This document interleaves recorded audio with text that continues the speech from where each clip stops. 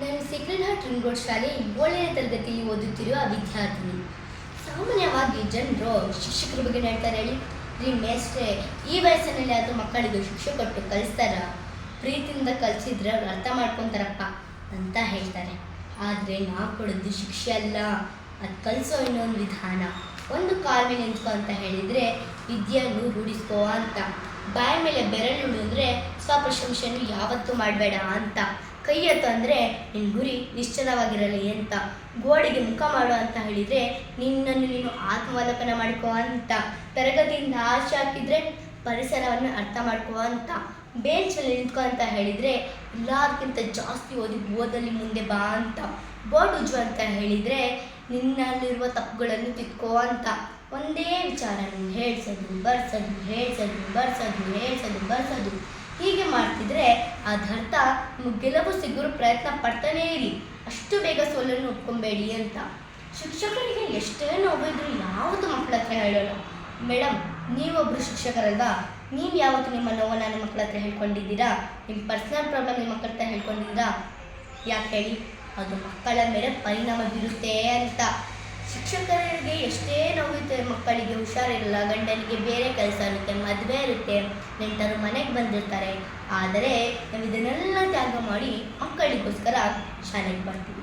ನಮ್ಮದೇ ಮಗು ಅಂತ ಮನೆಯಲ್ಲಿದ್ದರೆ ಶಾಲೆಯಲ್ಲಿ ಒಂದು ತರಗತಿಯಲ್ಲಿ 50 ಮಕ್ಕಳು ನಮ್ಮ ಮಕ್ಕಳು ಅಂತ ಹೇಳೋಕ್ಕೆ ನಾವು ಪುಣ್ಯ ಮಾಡಿರಬೇಕು.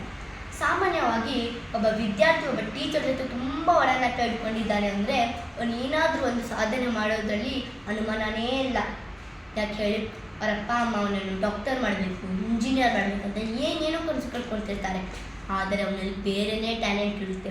ಅದು ಪೇಂಟಿಂಗ್ ಇರ್ಬೋದು, ಸಿಂಗಿಂಗ್ ಇರ್ಬೋದು, ಏನಾದರೂ ಆಗಿರ್ಬೋದು. ಅದನ್ನು ಗುರುತಿಸಿ ಅದಕ್ಕಾಗಿ ಹೋಗುವಂಥ ಸರಿಯಾದ ಇನ್ಸ್ಟಿಟ್ಯೂಷನ್, ಕಾಲೇಜ್, ಯೂನಿವರ್ಸಿಟಿಯಲ್ಲಿ ಹೇಗೆ ಸೀಟ್ ತೊಗೊಳ್ಬೇಕು, ಹೇಗೆ ಮಾಡಬೇಕಂತ ಡೀಟೇಲ್ಸ್ ಕೊಟ್ಬಿಟ್ಟು ಮಕ್ಕಳಿಗೆ ಬೆನ್ನೆಲುಬಾಗಿ ಅವರ ಭವಿಷ್ಯಕ್ಕೆ ಮಾರ್ಗ ತೋರಿಸಲು ನಮ್ಮಂತಹ ಶಿಕ್ಷಕರು. 10ನೇ ತರಗತಿಯಲ್ಲಿ 50 ಜನ ಮಕ್ಕಳಿದ್ದಾರೆ ಅಂದರೆ ಅವ್ರಿಗೆ ಕೊನೆಯ ದಿವಸ ಬೀಳ್ಕೊಡಿಕೆ ಸಮಾರಂಭ ಇರುತ್ತೆ. ಹಾಡು, ನೃತ್ಯ, ಭಾಷಣ ಮತ್ತು ಅನಿಸಿಕೆಗಳನ್ನು ಹೇಳ್ಕೊಳ್ಳುವಾಗ ದೇವರೇ ಇವತ್ತು ಒಂದು ದಿವಸ ಕಳೆದು ಸಂಜೆ ಆಗದೇ ಇರಲ್ಲಪ್ಪ, ಬಿಕೋ ಅನಿಸುತ್ತೆ. ಆದರೆ ಕಾಲವನ್ನು ಯಾರೂ ತಡೆಯೋಕ್ಕೆ ಆಗಲ್ಲ. ಸಂಜೆ ಆಗುತ್ತಿದ್ದ ಹಾಗೆ miss you ma'am, thank you ma'am, bye ma'am ಎಂದು ಹೇಳ್ತಾರೆ. ದೇಶದ ಭದ್ರತೆಗೆ ಸದಾ ಬದ್ಧರಾಗಿದ್ದು ದೇಶದ ರಕ್ಷಣೆ ಹಾಗೂ ಜನರ ರಕ್ಷಣೆ ಮಾಡುವರು ಯೋಧರು. ಸೈನಿಕನ ಶೌರ್ಯ ದೇಶವನ್ನು ಉಳಿಸುತ್ತದೆ, ಶಿಕ್ಷಕನ ವಿದ್ಯೆ ದೇಶವನ್ನು ಬೆಳೆಸುತ್ತದೆ. ಸಮಾಜ ಬೆಳೆಸಲು ಶಕ್ತಿಯೂ ಬೇಕು, ಜ್ಞಾನವೂ ಬೇಕು.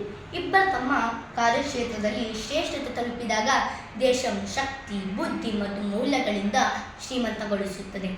ದೇಶದ ಭವಿಷ್ಯದ ಉತ್ತಮ ಪ್ರಜೆಗಳನ್ನು ರೂಪಿಸುವುದು ಶಿಕ್ಷಕ ಕೈಯಲ್ಲಿರುತ್ತದೆ. ಇಂತಹ ಉತ್ತಮ ಕಾರ್ಯನಿರ್ವಹಿಸುತ್ತಿರುವ ಎಲ್ಲ ಶಿಕ್ಷಕ ವರ್ಗದವರಿಗೆ ನಮ್ಮ ಸೀಕ್ರೆಟ್ ಹಾರ್ಟ್ ಶಾಲೆ ತುಮಕೂರು, ಕರ್ನಾಟಕ ವತಿಯಿಂದ ಕೋಟಿ ನಮನಗಳನ್ನು ಸಲ್ಲಿಸುತ್ತೇನೆ. ಧನ್ಯವಾದಗಳು.